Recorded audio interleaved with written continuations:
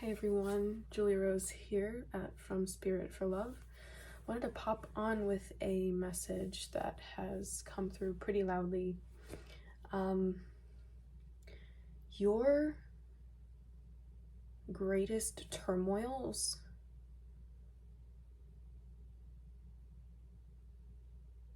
will be able to teach everyone around you how to master themselves. Those things which trigger you most deeply are meant to illuminate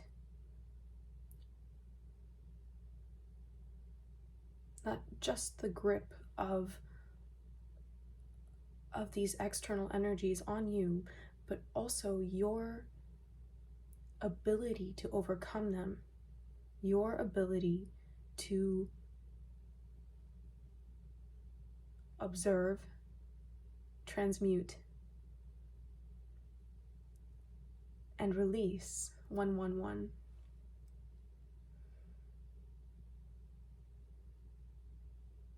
Yeah, it's some powerful stuff. Getting a pull to look at the tarot. The devil is a liar. And so are his friends.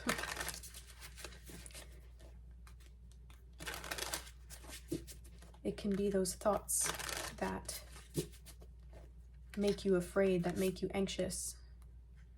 That's really funny. Literally, I'm shuffling this deck and the only card that was in reverse is the Tower. Isn't it beautiful? So much magic in this deck. The Tower. Next to it was the Star.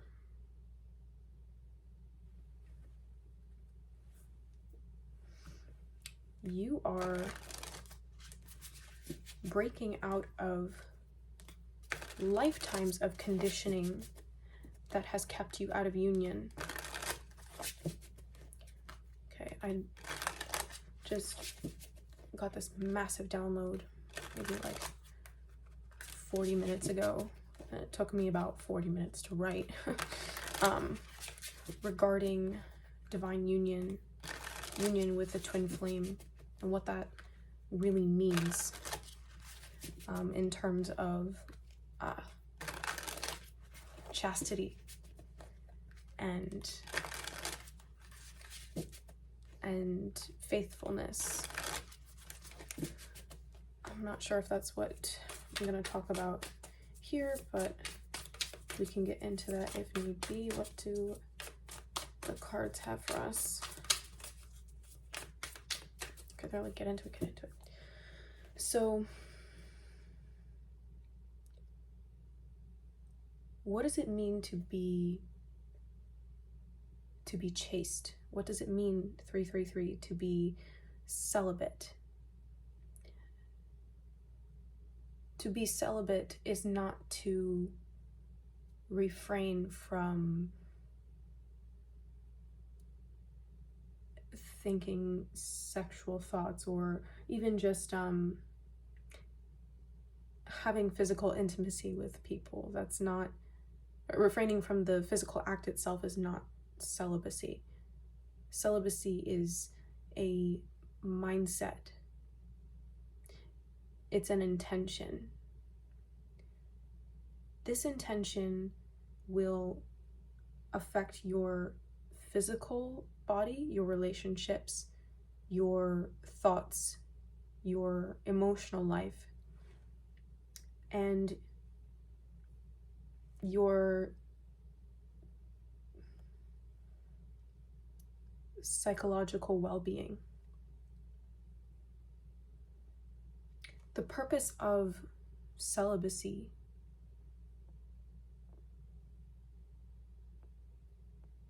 is to protect your energy.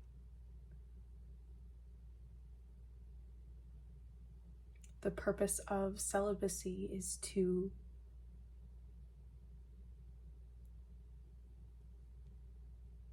keep your purity for one who deserves it. It's also so that you can keep your attention on higher endeavors. We have the Lovers here. And this is, wow, I literally had no idea I'd be coming on here to talk about this right now. But, so the Lovers is a card of Gemini. It's a 6.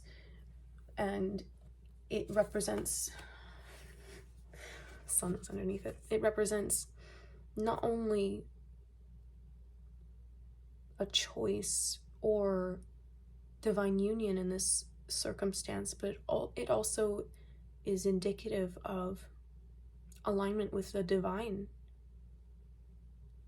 True counterparts are chaste to God, are chaste to divinity, to the Most High. And this intimacy of divine marriage is something that we cannot access, we cannot truly fathom when we are caught up in the mire of the senses. So obviously this is difficult for me to talk about.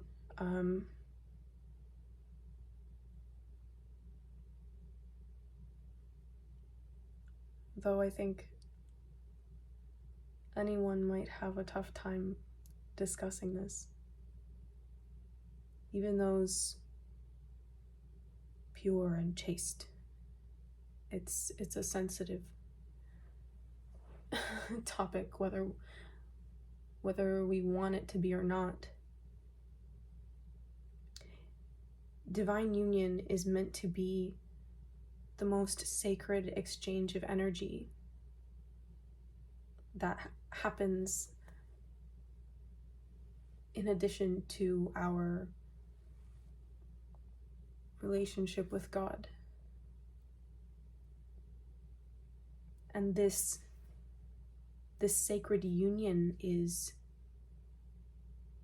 something that cannot occur with other energies and entities interfering.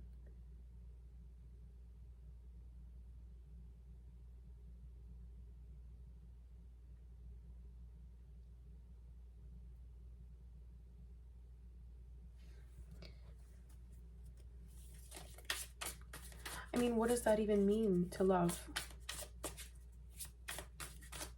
We think love is to get what we want when we ask for it, or to make someone feel good, or to even feel good ourselves.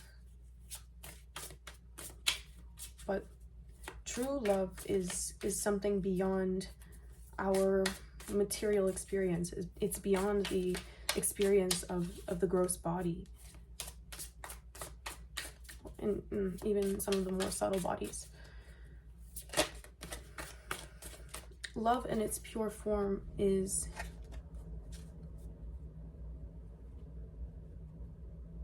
it's like a dance with the divine.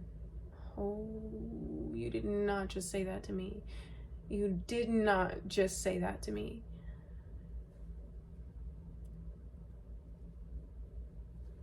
I'm gonna lose my shit right now. I'm going to lose my shit right now.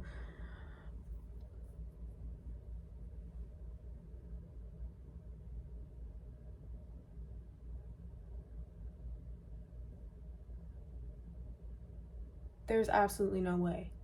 There's absolutely no way that I'm gonna sit here and talk about this. There's absolutely no way I can do that. I don't even have access to that. So how am I supposed to sit here and talk about it? She says, staring up at the deities on her altar. Shri Radha Vrindavan Bihari. No. I'm not qualified to enter into that Leela. I'm not qualified to speak on that.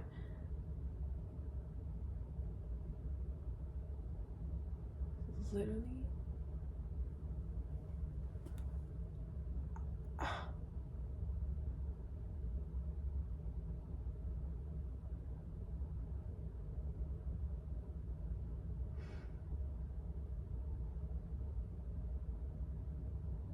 It is such a rapture of being, of pure soul expression, of pure spirit expression, 144, 1044, that to even have lustful thoughts or sexual arousal, to be encompassed in that from a gross material take kind of energy does more than taint it. It does more than prevent divine union from actually happening. It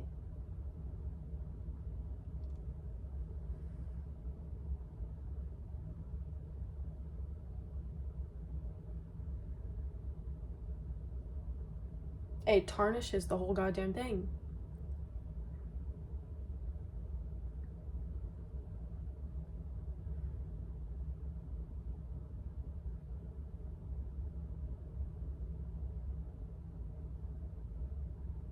Purity is not something we can just will. It's not something we can argue for.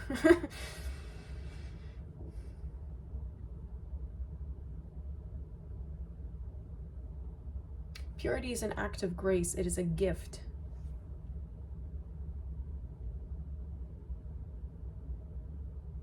I'm about to lose my mind here. You don't even know.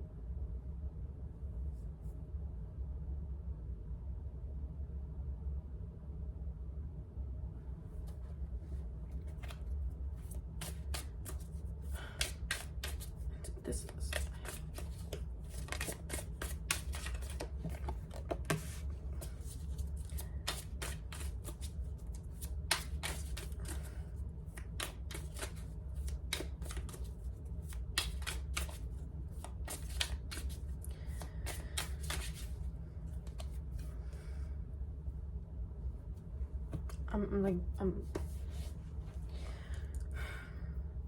So then the question becomes, what then, how do you differentiate between lust and love?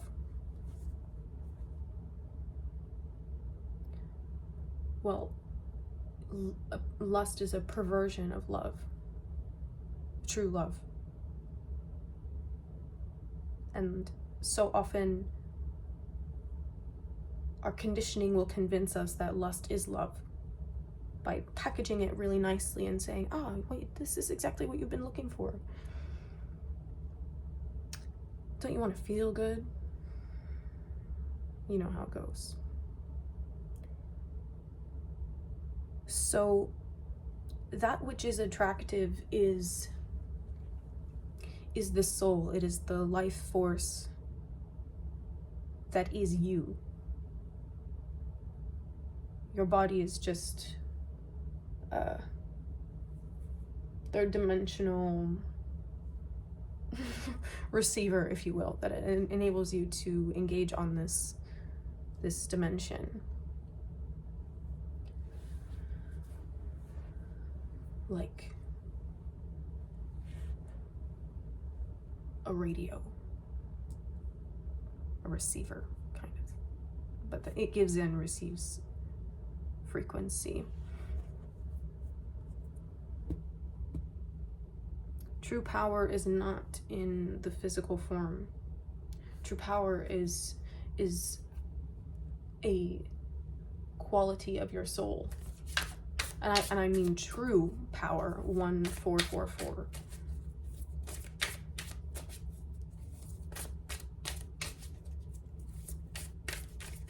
For better or for worse.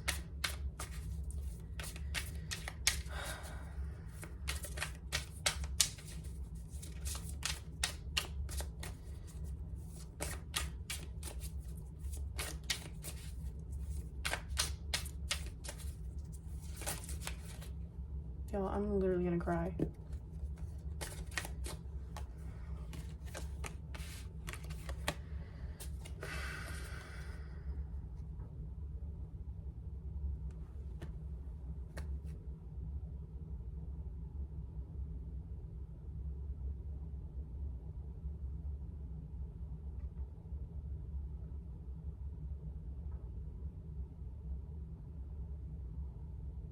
There's no way I can talk about this.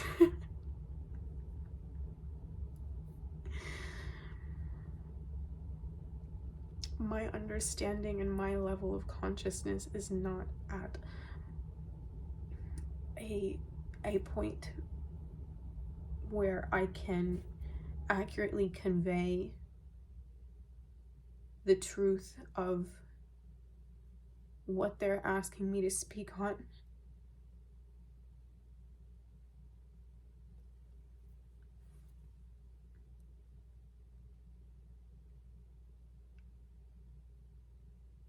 It is so sacred.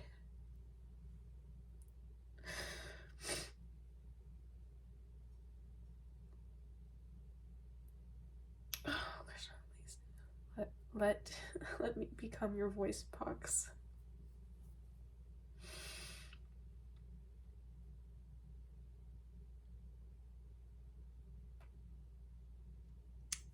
To love is to move in harmony, in surrender with the divine ebb and flow of everything. Everything.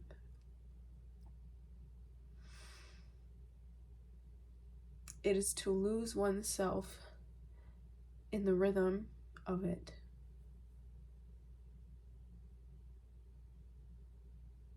To be so present that the sense of I and me and mine, that selfish desiring aspect of self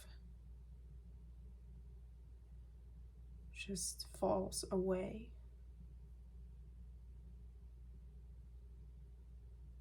And all there is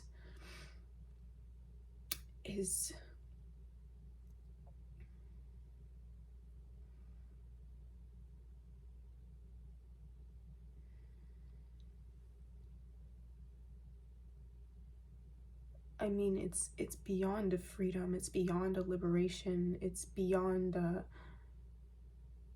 feeling of being cared for or supported or held. It's deeper than a trust.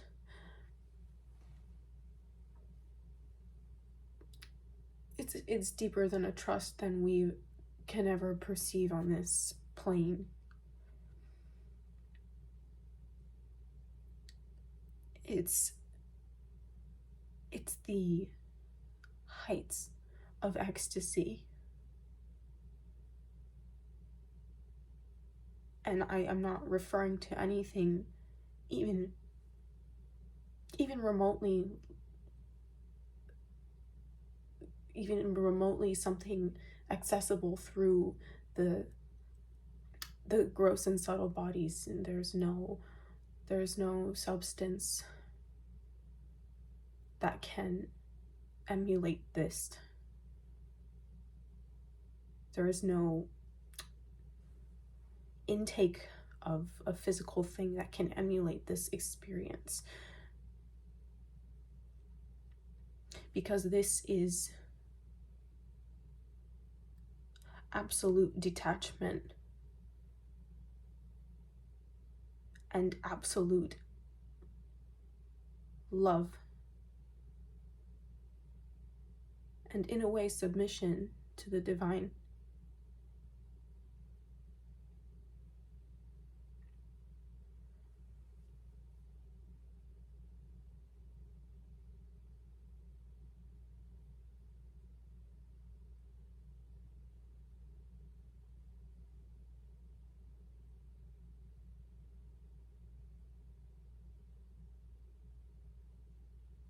Have you ever seen something that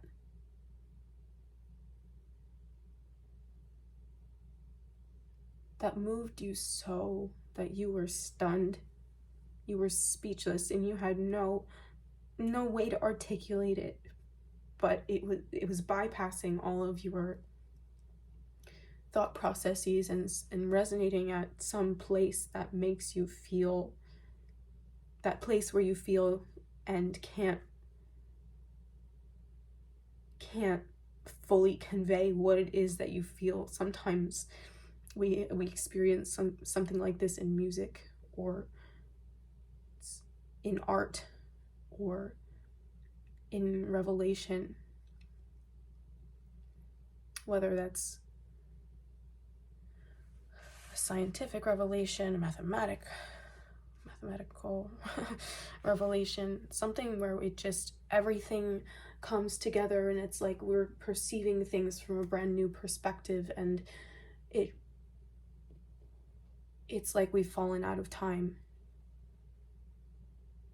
like we've stepped outside of, we've transcended the experience of time.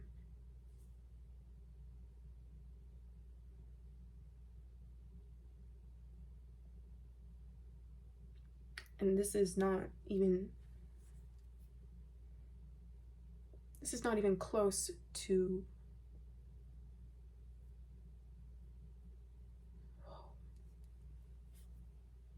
it's but a drop in the ocean.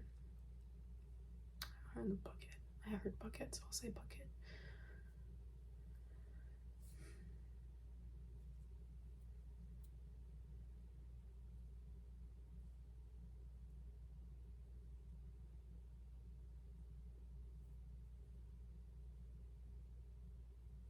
And I started this speaking about celibacy,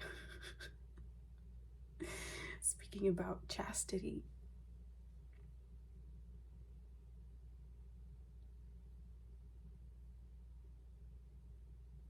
I mean, it's beyond nirvana, because that is oneness with the divine. That is not a loving relationship with the divine, that is just merging into it.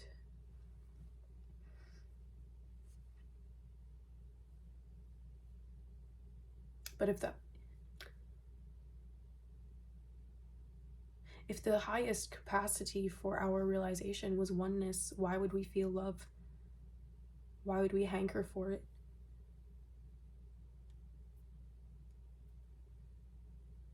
And yes, we can have an appreciation for oneness, but it's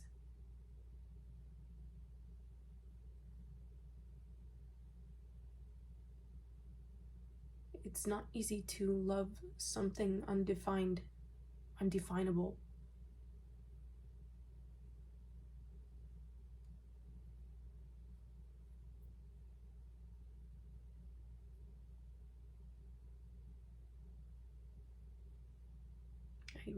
We can have love for all things, love in all circumstances. But each time we engage in love, it is from one to another.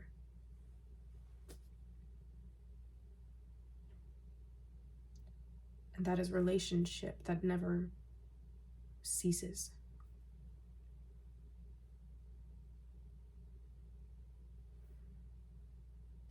So why is celibacy a part of this conversation?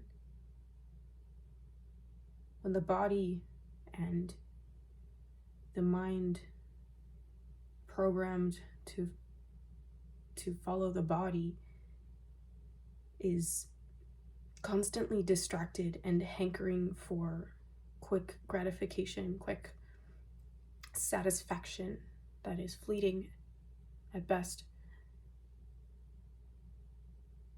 there is no room, there is no opportunity to actually come in contact with that which is that thing that we hanker for in its true form.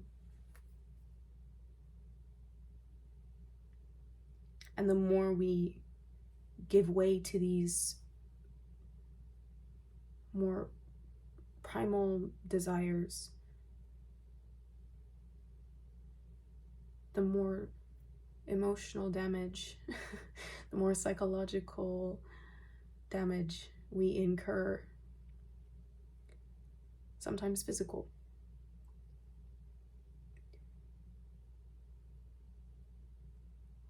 All of this then becomes trauma and experiences in the bodies that we must transmute.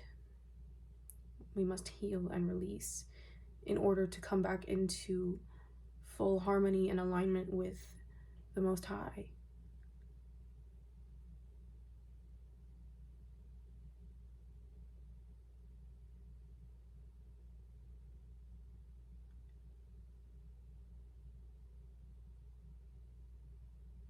And this place doesn't make it easy.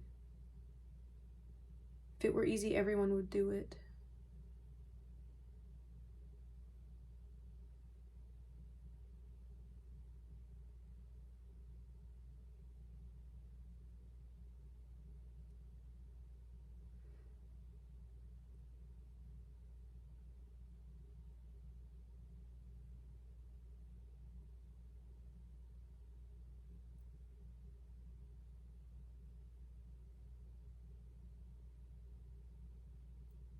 Mm.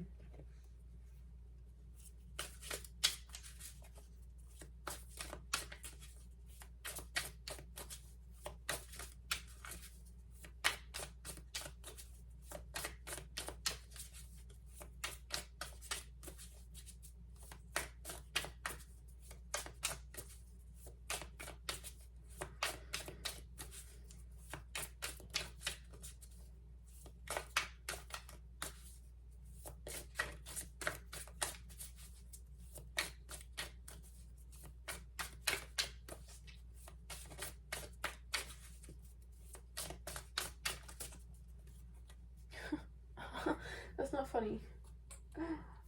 They're showing me a card in this deck. Let's see if it comes out. Can we get some cards on this spread?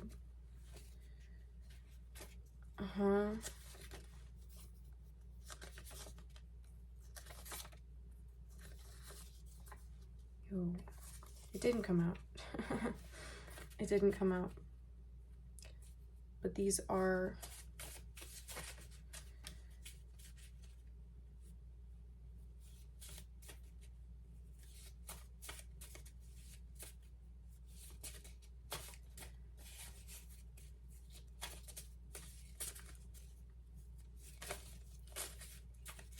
relevant and on point.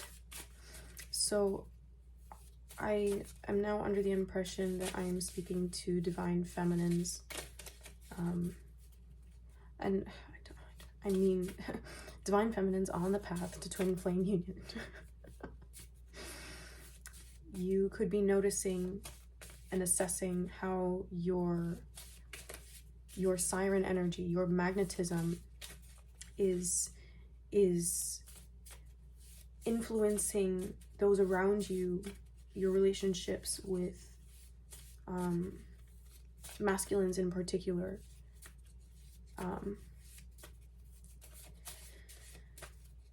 And be wondering why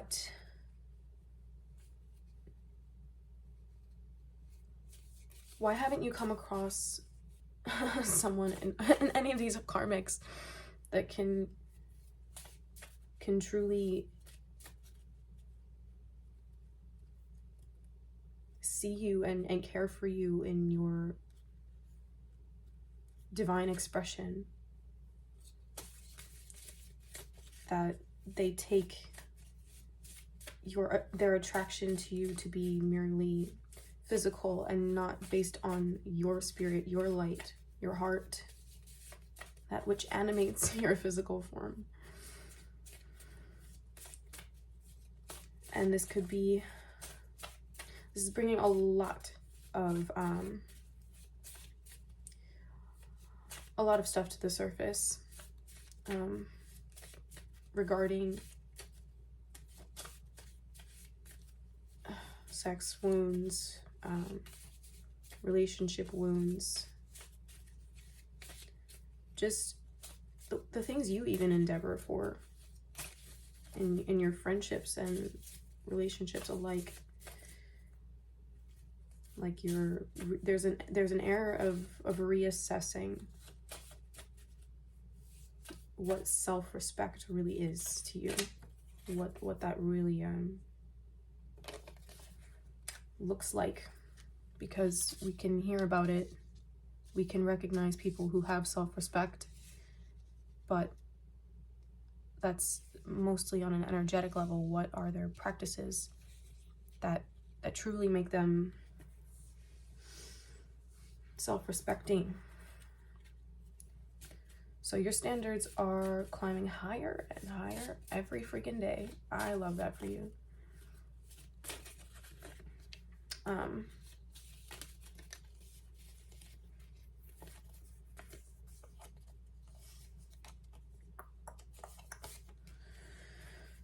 They're not showing me the card, so I'll speak about it, but it's a haunted house with ghosts flying out of it. And I see that kind of being your body forcing lingering energies of previous partners.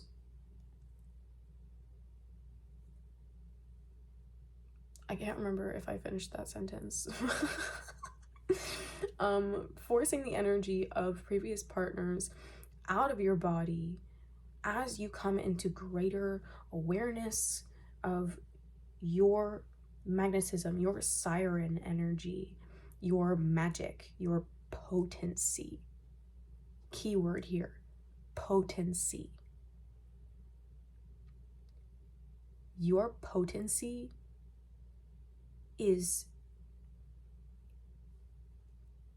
serving as a catalyst for these triggers, or creating the experiences that are causing these emotions to be stirred. And I'm seeing you committing to yourself in new, more magical ways, more self-protecting ways, and not really caring at all how others take this, because it's not about them. I can hear my friend's voice saying it's natural law. Self-preservation is a natural law. So, of course, you should do what you need to do to protect yourself from a place of integrity. And allow yourself to grieve these energies. At least I know in my process it's been grieving the old thought patterns and behaviors. 333. And allowing the space to exist in your life such that better things can come towards you, and they're coming. They're coming.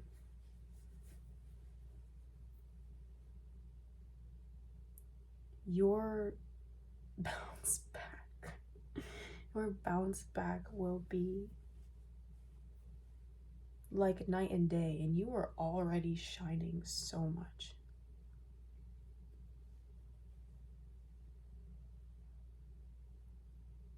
You are already shining in ways recently that have had people around you shook. 444, shook. So I love that you are constantly on the up and up. I love that you're constantly on the up and up. Why do I want more messages? Let's see. Not that day. Okay.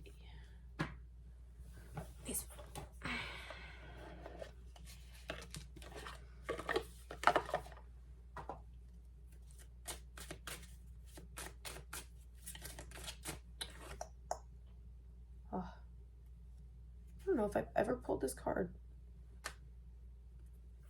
Let me see. It's a 3.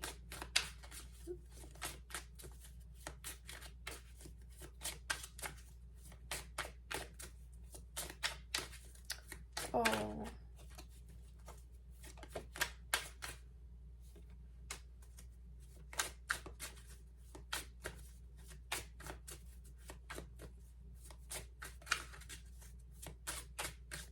Oh.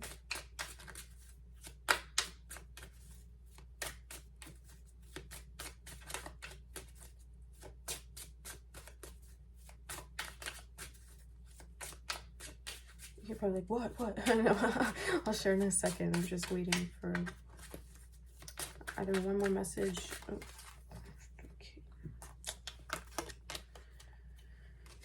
Oh, okay. Yeah, no, there's some of these cards I have never pulled from this deck. I don't use it that much because I haven't always connected with it, but let's see. I'm going to read them all. Yes. Okay, the first is Sleeping Beauty's Dream. Soul journey, power of imagination, and inner strength. We all know the story of Sleeping Beauty, who got pricked by a spindle and fell into a deep sleep. This card shows Sleeping Beauty asleep, her hair thick like thorns surrounding a castle. Imagine if your soul could wander while you sleep. What places and people would it visit? Envision what kind of journey you could have. Your soul is not tied to a certain place. It is able to tear down walls and scale a hedge of thorns. Like the bird Sleeping Beauty gently holds in her hand, your soul is ready to be freed and soar to all the places in your dreams. Oh, wow. Do you notice all the roses in this? It's kind of dark there. And the next card that came out was Queen Bee.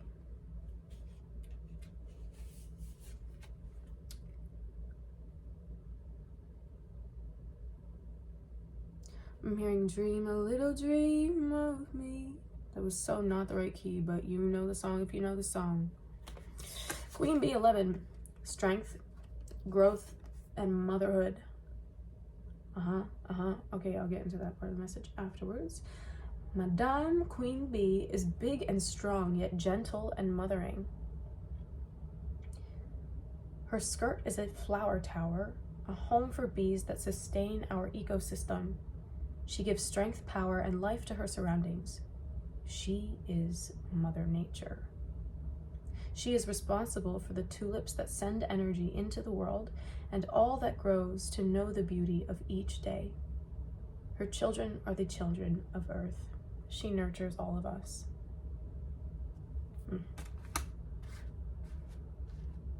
Yeah, another message that was coming through earlier was, shall we say, graduating from maidenhood into matriarch energy.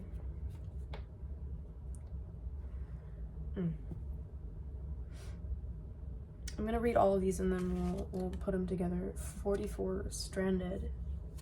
Oh.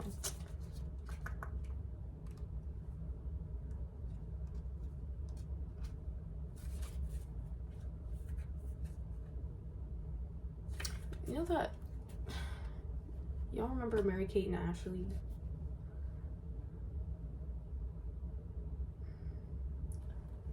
I only remember the first 3 lyrics and then the chorus, or at least how the melody goes. I'm sorry. This is the potential or a potential breakup song. Da -da -da -da -da -da. Okay. Stranded 44. Misdirection, misjudgment, and fear of failure. Look at this young sailor stranded with his ship on top of a tall tree. He needs his anchor to help him get back down to earth. The card asks, how did the ship get there? This is such an unusual place for a seafaring vessel. Look at that.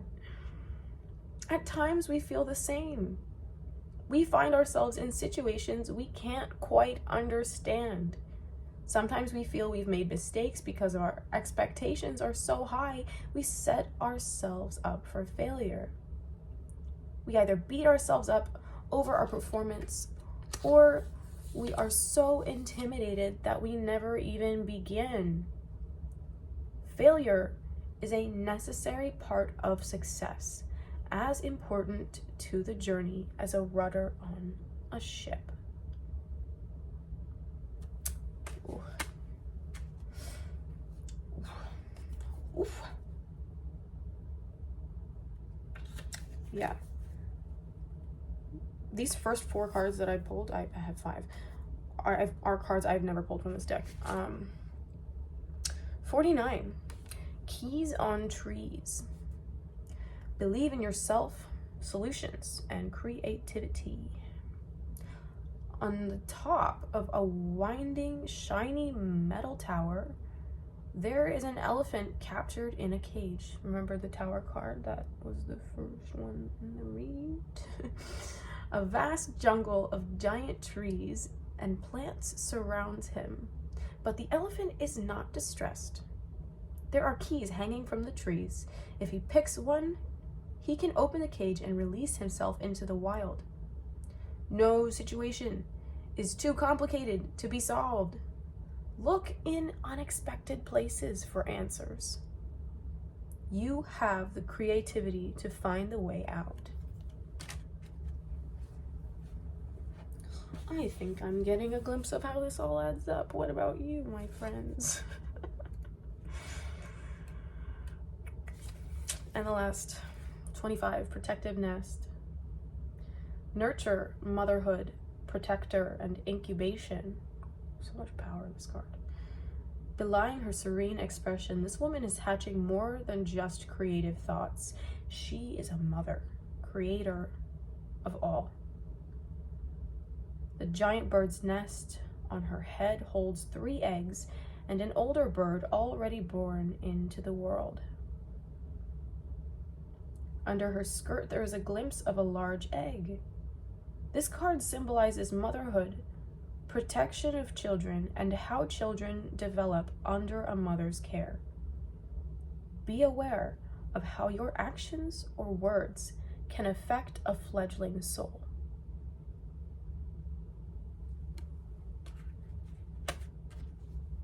Hare Krishna.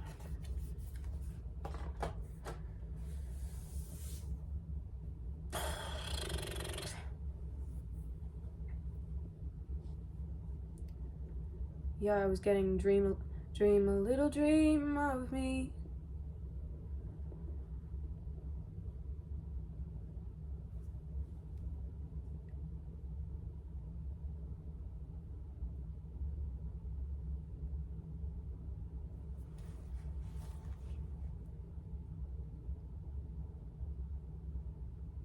I mean, it's not just that your dreams are important at this time. It's that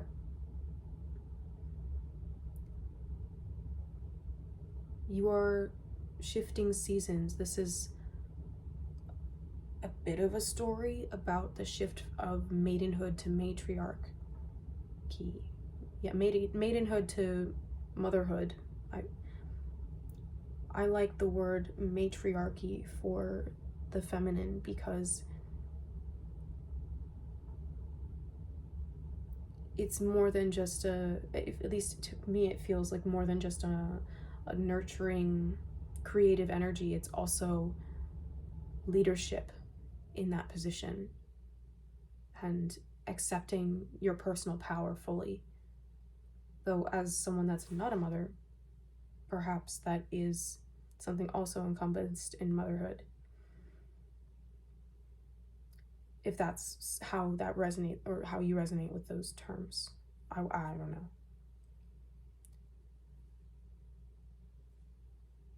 But this energy, there's so much, it's like you're buzzing with potential. You're being. As I look at this card, and there's just like the top of this is all bees, and she's holding bees, and there's bees, and your being is just buzzing with creative energy. Yet here, the Sleeping Beauty's dream is telling me to nurture your garden. Nurture your garden.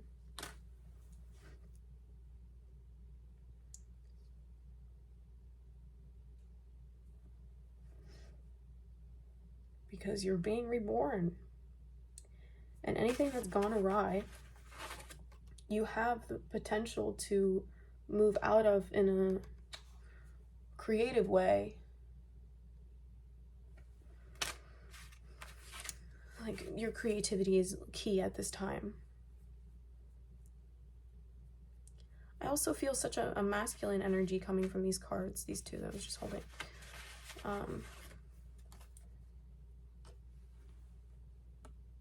Like, there's a sense of looking for roots and dangling here. Like, a bit of an out of sorts energy.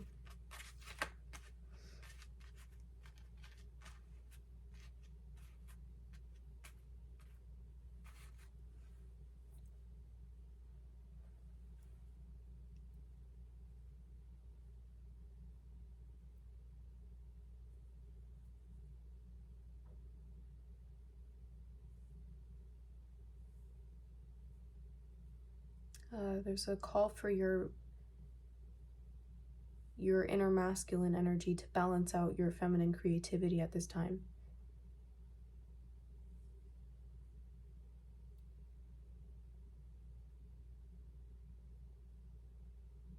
Because of your power and your potency, the words you speak have profound impacts.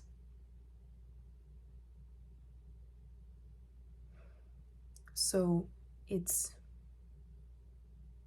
imperative that you keep bringing yourself back to your compassionate center, your core self, where you're speaking your truth freely and with love. Even if that is speaking an ending into existence. Yo, that was nuts. That whole read was crazy. And I'd love to hear what you think about it in the comments. Yeah.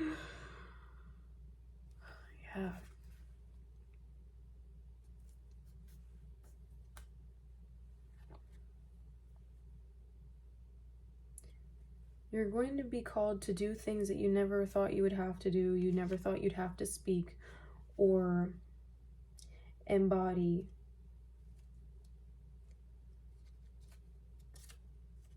Courage is needed at this time.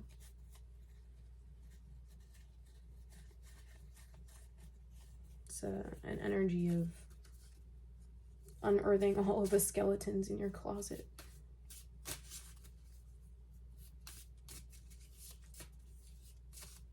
To set yourself free. Any last messages? I want to go to bed. It's late.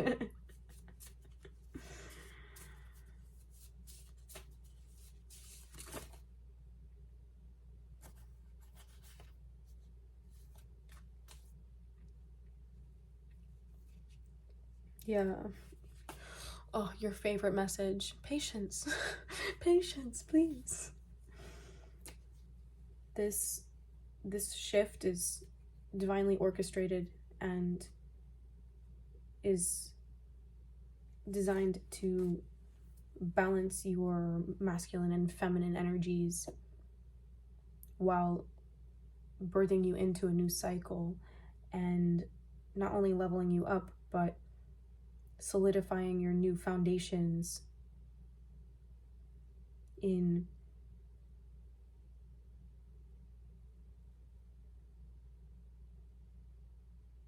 divine alignment. I mean, internally, like the 333 kind of energy, with harmony. Wow, man. And why is this needed? For love.